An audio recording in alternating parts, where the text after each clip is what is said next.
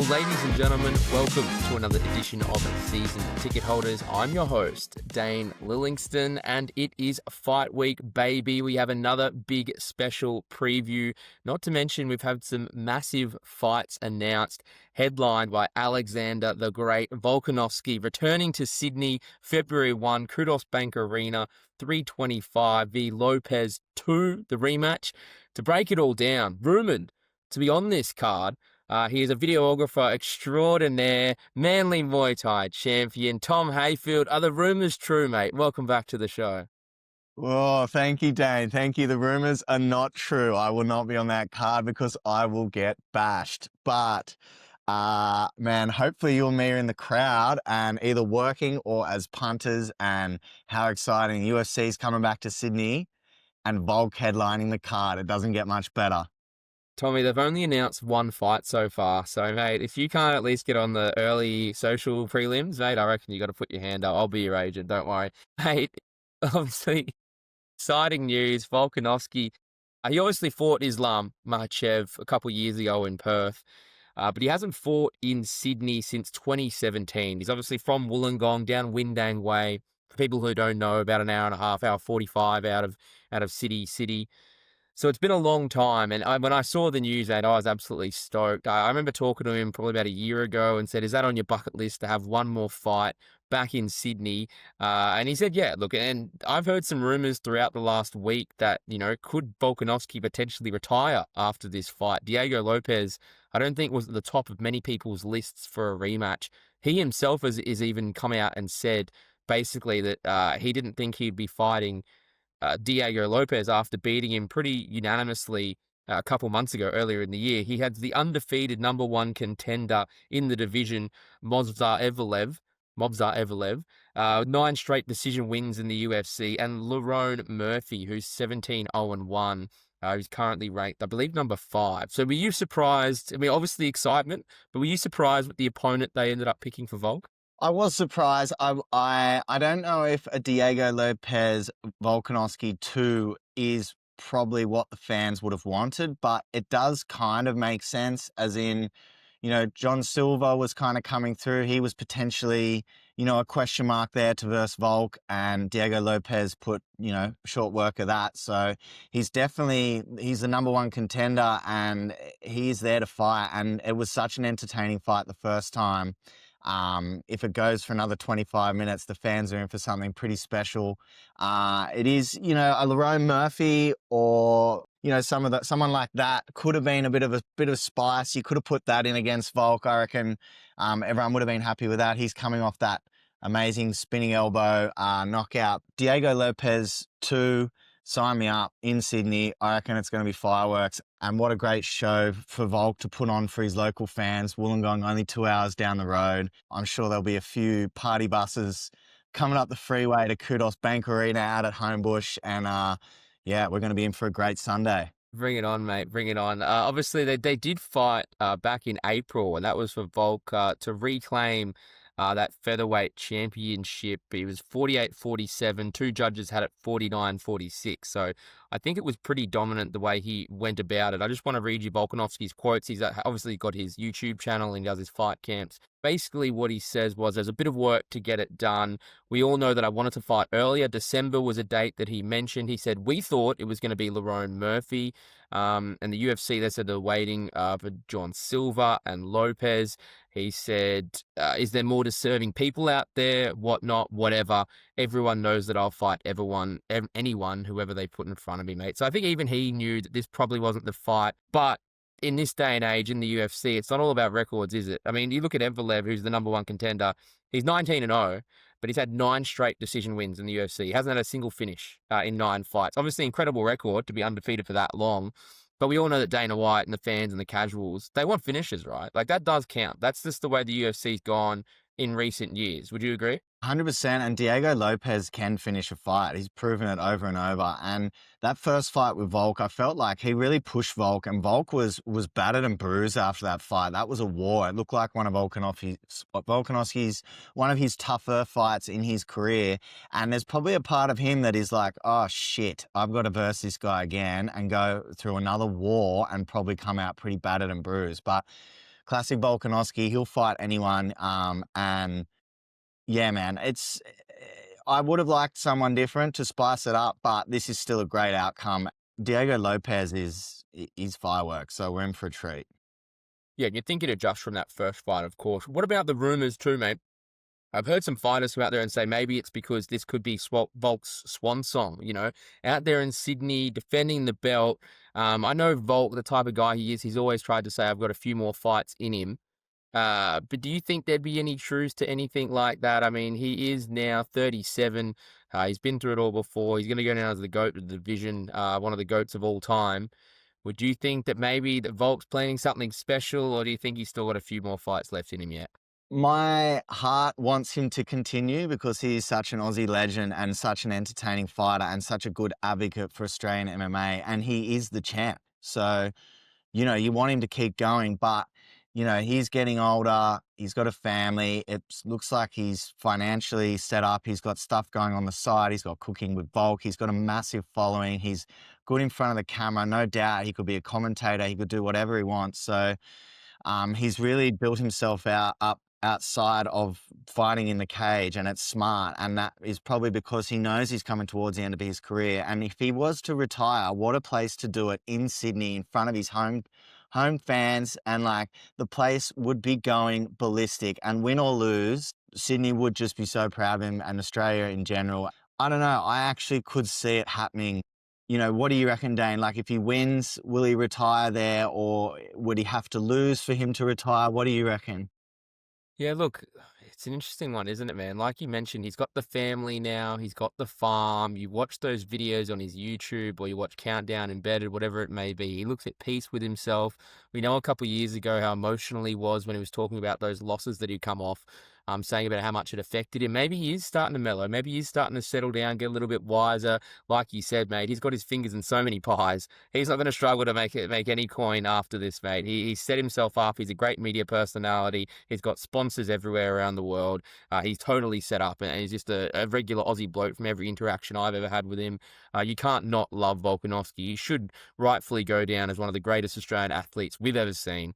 Especially in mixed martial arts and combat sports. Like, his legacy, it's there. He doesn't need to prove anything to anyone else, mate. And like you said, like, selfishly, of course, I want to see him fight a few more times, but he is getting on. And if he beats Lopes, what's he going to do? Just keep trying to eat these young bucks coming up? He's got 2 undefeated fighters nipping at his heels in the division.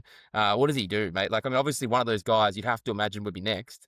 What's he going to achieve? Well, eventually he's going to get cut down. I think I listened to an interview with his coach, Joe Lopez, and pretty much what you were just saying there, Dane.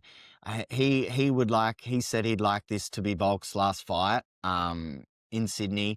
And he said if he were to go again, it would be what he quoted as a fun fight. So whether it be for a BMF title against like an older legend, someone, more his age, rather than a young buck coming through that's there to just absolutely take your head off and wants the championship belt. So it's interesting to hear his coach say that in an interview. So obviously he's thinking, that Volk's time could be coming towards the end, and he obviously wants to look after his fighter. He wants to look after Volk's health, and they're in it together, man. They've been in it at freestyle MMA, their whole career, and it's cool what they've built and what they've achieved together, and nothing but love and respect for Volk. What an Aussie legend.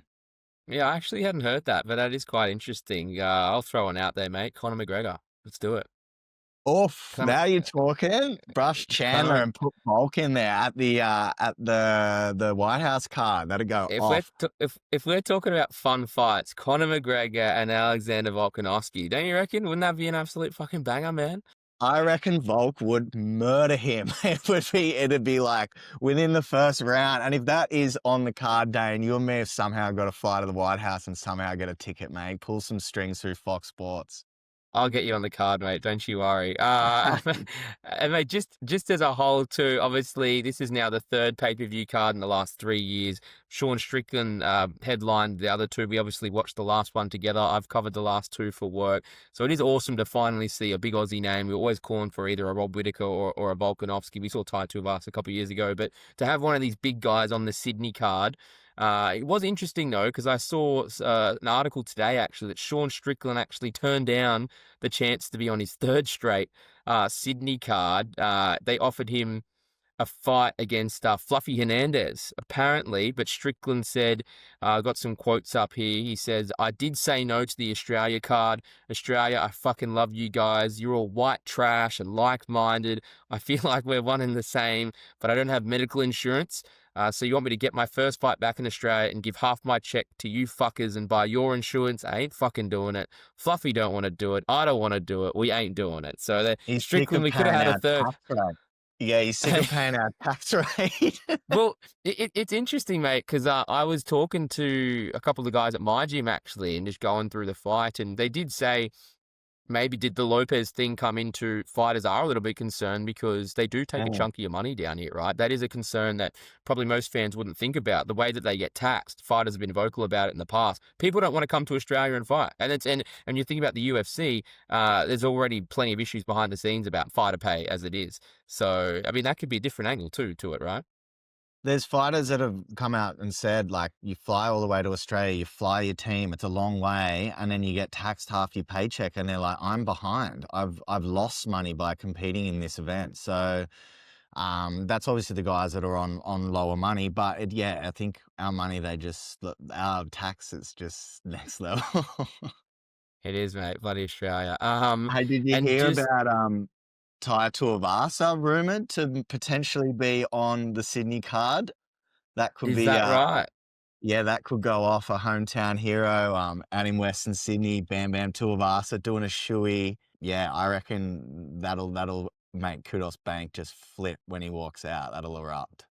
Well, we haven't seen him since August 2024, but he was coming off 5 straight losses. Remember, he was putting himself in the title picture, and then I remember watching him on that first Sydney card back against Volkov and just got submitted like it was nothing. But that Mm. would be good, mate. More Aussie fighters, the better. Obviously, the card's February 1, so pretty close, and they've only announced that headliner. There's no other fights confirmed for that card yet. I know the waiting list, I know I've got a couple mates there who are on the waiting list for tickets. I'm sure compared to the last 2 pay-per-views they've had here, Adesanya headline the first one was Strickland, then Duplessis in the second one. It's going to be very, not very hard to sell these tickets. UFC can jack the prices all they want. Do you have any people in Australia going to be frothing? Volkanovski's on my fight bucket list. Like, he is the one guy before I die I want to see fight, and this very well could be our last chance. So, Tommy, we either got to get tickets, media, I don't care what it is, mate. You and I got to watch it.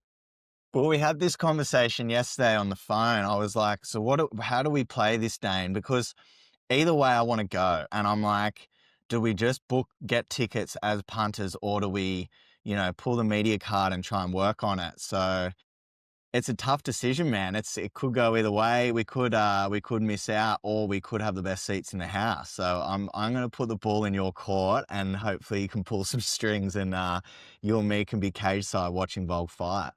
I told you I'll get you on the card. No, I'm getting itchy feet, mate, because I want to. I don't want to miss this. I think I'm leaning towards just wanting to be a fan. But anyway, UFC coming back to Sydney, very exciting. February 1. Also for American fans, that's going to kick off like the Paramount era over there, because leading into that, obviously Dana White did a lot of announcements on Thanksgiving over there in America.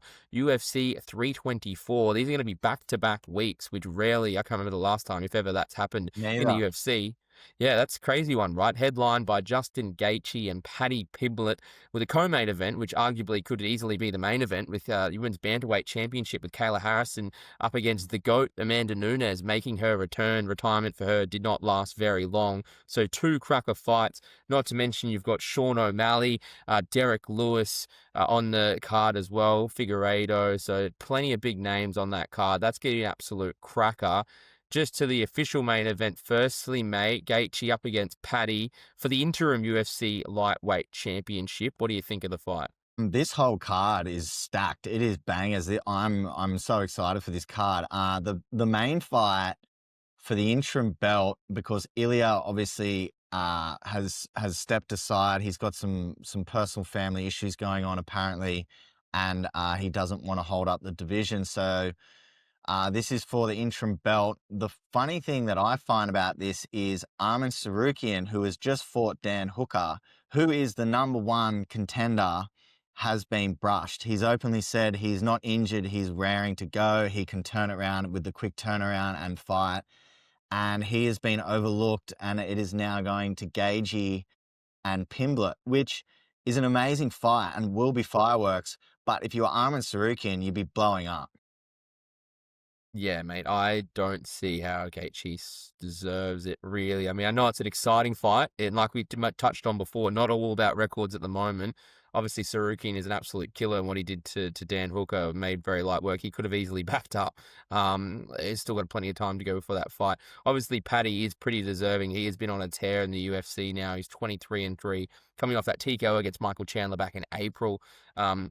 He's yet to be defeated. He's got plenty of finishes there. So I am very excited about that card and what it's going to bring, mate. So it's going to be two massive weekends.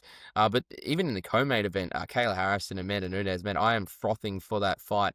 Harrison's obviously 19-1, coming off winning the bantamweight championship against Juliana Pena. And then for Nunes, we thought that she may have retired. Well, she did announce her retirement. That was back in June 23, vacating the title against Irene Aldana. She finished 23-5, and the GOAT's back. I'm actually probably almost more keen for this fight, mate. I reckon it easily could have. I know Ariel Helwani said he thinks it should be the main event because it is the actual title fight on the card. How do you feel about this one? Because I think we thought Nunes wouldn't jump straight back into it, but here she is, mate, the GOAT against Harrison. Yeah, I'm so excited for this fight. I reckon it could easily have headlined this card. The GOAT coming back to verse, she's a Kayla Harrison's judo, a gold medal Olympian, PFL champion, UFC champion, now versing the GOAT, Amanda Nunes. This is massive and it could very much steal the show. This could be just fight of the night for sure, and I can't wait for this one. Yeah, mate, and you got Sean O'Malley, Song Yadong, Waldo Cortez, Acosta, Derek Lewis, Arnold Allen, and John Silver. So plenty of good fights. Rose Namarunas is on there as well. Umar Nurmagomedov against Davison Figueiredo. So, mate, pretty banger card to kick off the year. And for the American fans and a lot around the world, that's going to be the new Paramount era. So you pay that subscription and that type of thing. In Australia, it's still going to be for the next couple of years a main event KO situation. But we should know that starting next year, all the prelims and that type of thing, they will be on Paramount. So you will need a subscription. Currently, they're on ESPN. If you have a KO subscription, that type of thing, obviously you don't have to pay. That will, as far as I'm aware, will be switching to Paramount. So you will need a subscription to watch the fight nights and the main event prelims heading forward. So that's just one thing to take note. Things are going to be changing a little bit. Mate, heading into this week, because we do have our last big card of the year, UFC 323, Merab Dvalishvili against Petr Yan. I did watch Countdown before, mate. I am excited for this. Merab is aiming for a slice of history. He's going to be the first man to defend 4 times in a calendar year his UFC title if he gets the win. Yan, the former champion. But Merab, mate, obviously broke some takedown records in his last fight, or he's broken it time and time again. Absolute killer, can take down anyone. Terminator. How do you stop him? The machine, he doesn't stop. He goes 5 rounds and looks fresh as a daisy. What an active champion. 4 title defenses in 1 year is crazy. That's some Alex Pereira kind of stats. But man, good on him. He'd be making some good money this year with 4 massive, title defenses. He made short work of Sean O'Malley and Petr Yan. I don't know. Petr Yan's obviously an amazing fighter. He's been around for a long time, but I just can't see Merab losing. What do you reckon, Dane? Yeah, mate, it's pretty incredible the run that he's been on. He started the year in January against Umar Nurmagomedov. He decisioned him in a fight of the night to defend the title. Sean O'Malley in the 3rd round back in UFC 316, a north-south choke, a performance of the night, submission, and then back in October, which doesn't really feel that long ago that he fought, Corey Sandhagen decisioned him over 5 rounds in UFC 320. With that win, he tied the record for the most consecutive UFC bantamweight title defenses with 3, obviously going for another slice of history with 4. Now, he did beat Petr Yan back in March 2023. They headlined a fight night. That was a 5-round decision in that one. Mate, he can take you down, and that's how he wins fights. He can take you down. Can't necessarily hold you down like an Islam Makhachev or Hamzat Chimaev, but he can take you down, and that causes lots of problems because he can get it done on the feet as well. So he is quite lethal. You saw what he did to Sean O'Malley as well. He tries to get it done. I can't see him losing, mate. Honestly, I think you just put a lock on this. I think by decision. I do think by decision. I think he's just going to run through him, do what he's done before, and get it done. That's my early tip for sure. Yan, I remember I loved watching him fight, and watching Countdown, the one thing I did note down was a beautiful family man, couple of beautiful little boys, nice family. He just seems like a really all-round sort of nice guy. He said there's no chance that Merab will want to stand with him. His boxing's too good. He's coming off 3 straight wins in the last 3 years. He was on a 3-fight skid after winning the interim bantam championship back in October 2021.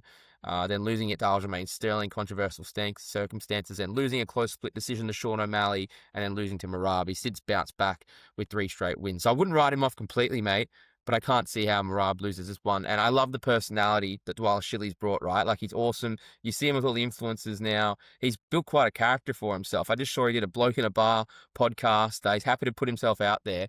He's a hard guy not to like, right? Yeah, he's a bit of a character, and he's definitely he's a little bit awkward and a bit quirky, but he's definitely come out of his shell, and we've got to learn more about him. Obviously trains like an absolute animal. Wasn't that after one of his title fights the next morning, he was there running the next morning, and they were like, he just doesn't stop, no days off. What's he paying on the old sports bet, Oh, Dane? mate, you put me on the Your spot. sponsorship? I got to check it. Probably No, sports bet. $1.06, I reckon. Do you reckon $1.06? I did check earlier. I Nah, know that all $1.12. $1.20, 440 for Petr Yan. So they have written him off a little bit. And then what was my tip there? Looking at By the decision. by decision, that is $1.50. So a bit rough Yeah, going, well. if that's what you want to do. So you But might have look, to put a good 10 grand on it, Dane, to make some money. yeah, the house or my crypto. Yeah, something. I'll see how it go. Crypto's down too, so I need help at the moment. Mate, if anyone has any tips, please let me know. And to the main event, mate, pretty exciting one because Alexandre Pantoja against the young buck Joshua Van. Pantoja's been an absolute tear, mate. Love what he's been able to do. He's 30-5. He has been murdering people lately, coming off back-to-back submissions against Kai Kara France. That was back in June. That's the only time he's only fought this year, UFC 317, and Kai Asakura back in December. That was a second round submission performance of the night. He hasn't lost now since 2020. He's putting through a real statement as one of the all-time greats in the flyweight division. Joshua Van, though, not one to be written off. He's 24, sort of represents that new school, that new blood coming through. He's 15-2, coming to fight tonight against Brandon Royval back at UFC 17, 5-round decision. 15-2 now. He's been very active. He's had 5 fights since September last year for 5 wins. So he's put it together pretty quick. We all know about Pantoja, mate, but if you got any thoughts on Van, what do you make of his little run? Man, 24. So that would make him, if he became champ, probably one of the only champs to be born after the 2000s. Yeah, one of the youngest. I can't remember the exact record, but he's definitely going to be up there because, I mean, the fact that he's 24 and has already had that many fights, I mean, he's got a professional record of 15-2 and he's 24. He had his first fight in 2021. He's had 17 fights since making his professional debut in October 2021. Wow, that's impressive. I'm going with him, I reckon. You know, the new school, Pantoja, such a dominant champion, amazing, all respect, but I'm going for the new guy. If he can pull this off, 24, what a legend. Well, it is interesting because, the odds aren't that dominant. Pantoja about $1.40 to Van's $2.80. So people are giving him a pretty good chance in this fight, even though Pantoja has been so dominant. Maybe not getting the credit I would probably say that he quite deserves. It's always hard in that division too. It is sort of like the overlooked men's division. It's the lightest, doesn't necessarily draw as much excitement as the others, not as many finishes, even though they are quick and super technical, probably doesn't get the respect they deserve sometimes. So I'm not going to look past Pantoja in this one, man. Van is a killer. But I'm going to go with the champion to keep getting it done because I do think he's probably been written off a bit like you just did. So, yeah, it'll be interesting anyway. He was pretty dominant against Kai France. I was really excited and thought Kai France might have been able to pull it off, and we got reminded how good Pantoja is. So it'll be interesting to see this fight. I don't know, what's your bet there, Dane? Do you reckon? What are you thinking? Look, I think Pantoja I definitely think he could get another submission. He could make it 3 in a row. But if I'm playing it super safe, I'd probably go decision. Pantoja. Decision or submission. Double chance. There you go. That's the bet, mate. I had no luck There you go. last time, Nice. but there you go. Don't take my tips. And pretty solid. No guarantees, eh? No, gamble responsibly. And to round out the card, we do have Brandon Moreno against Tatsura Taira. I can't say I know a super lot about Taira, but he's 17-1, coming off a face crank back in August against Park Yun Sung. So he's obviously kind of come up against the former champion in Moreno, who pieced together rather back-to-back wins, including his last one against our boy Steve Erceg. So yeah, interesting fight to be on that one. Then Henry Cejudo is also in the octagon again against Peyton Talbot. That's Cejudo, going to be a good fight. yeah, you keen for that one? I am. Peyton Talbot's epic. I'm excited for him. I like his vibe. He's cruisy. He's like a surfer. And it's Henry Cejudo, the king of cringe, who doesn't want to see him get punched. So I'm excited. I think that could be a banger earlier on the main card. So definitely get down to the pub early to watch that, I reckon. Well, the King of Cringe will need help because he is coming off 3 straight losses. Song Mm. Yidong, accidental eye poke back in February. Before that, he went down to a decision to Merab back in February 2024 and a split decision to Aljamain Sterling. That was in a bantamweight championship fight back in May 2023. So he will need the help. And then just to finish off, my boy, the best ping pong player in his neighborhood, Jan Blachowicz. I love watching him. He's such a cool guy. I love watching him whenever he's on Countdown or Embedded. A light heavyweight champion. He is back against Bogdan Guskov. He is 18-3, coming off 4 straight wins in the UFC. So that's a pretty good one to kick off the card, right? Nice light heavyweight fight. Really good. Polish power is back, and he's got some serious power. Ex-champ. Good to watch, man. I'm excited for that one. Yeah, and that's, I mean, pretty solid main card. I think we said that about the last one. That was probably the best one of the year on paper, just about. But this one is pretty good. Like, it's nice and well-rounded. Former champions littered throughout it, obviously. So I'd say that's a pretty solid main event to finish off the last numbered pay-per-view of the year. I'm just going to quickly run through any names of note on the prelims. I'm going to say no. Grant Dawson, Manuel Torres is the lightweight headliner. And then the early prelims, mate. I don't know what he's done, but poor old Marvin Vettori. He can't even get on TV anymore. He's now lost. He's now lost 4 of his last 5. A pretty big fall from grace after being in a UFC middleweight championship fight a few years ago. He is now headlining the early prelims. Ouch. And if he loses this one, I dare say he is looking at the chopping block from the UFC. And also, good one to tune in, also Edson Barbosa. He'll also be there. Obviously, he's been involved in a lot of classic moments in the UFC. He's also on the early prelim. So, mate, He's if had you're going to get so to the many pub, fights. yeah, if you're going to get to the pub, you're going to get there super early, Tommy. You're not going to know which train to get after that one, mate, because that is a long, long day. He's he's 24-13, old Edson. So he's been around That's a lot of the rank. wars. Wow. A lot of wars, mate. This is the point in the show where I say, where are you going to be watching the fights, Tommy?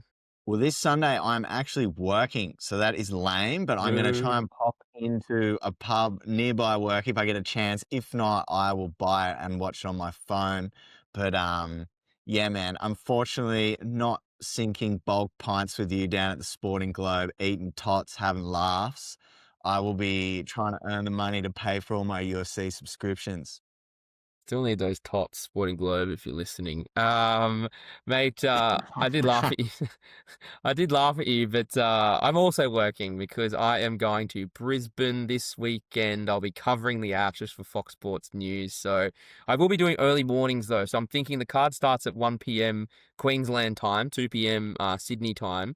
So I am hoping that I can sort of line that up with the Lions Club in Brisbane. Shout out massive sports bar right around the corner from Anala, where I grew up with my mum, still lives there. Massive screens, mate, bigger than the Sporting Globe, almost as big as the Star Casino in Sydney. So Lions, the football club there in Brisbane. So hopefully Sunday afternoon, I can at least watch the last couple fights. That's the hope and prayer anyway, mate. And some good cricket too. Shame we can't do it together, but we did finally get our chance last time. And hopefully we will be watching Alexander Volkanovski go out on top, potentially in February. Yeah, that's it. I think we'll save it for that, and it's going to be all time day. And I'm excited for your trip up in Brisbane, man, and to watch it back in your local hood. And good luck with the cricket. You got to put your cricket hat on now. You're a man of many talents and across a lot of sports, and it's impressive, man. Well done. No, thank you. Well, we just did our first cricket podcast. Shout out to Jimmy Ingram, my old housemate, Mintaro boy. We released that earlier this week. I think it went quite well. So I'm excited. I love the Ashes. And that first test, mate, absolute cracker. So if it's anything like that in Brisbane, day night test, every pub in Brisbane is going to be smashed. Just like every Englishman, the Barmy Army, it's going to be amazing. And I'll let you know how the inquiries for UFC 325 goes to see Tommy on the early prelims. Ladies and gentlemen, we'll try and get it done. I'll see what I can do for you. Tommy, enjoy the fights this weekend, and thanks for joining us on Season Ticket Holders. Thank you, Dane. Thanks for having me, and I'll chat to you for the next ones. Yeah, get to training, mate. Start cutting weight. Get on that diet. Ladies and gentlemen, please give us a follow on socials. Give us a like, subscribe. Anything you can do to help us out would be very much appreciated. Take care. We'll talk to you soon. Bye-bye.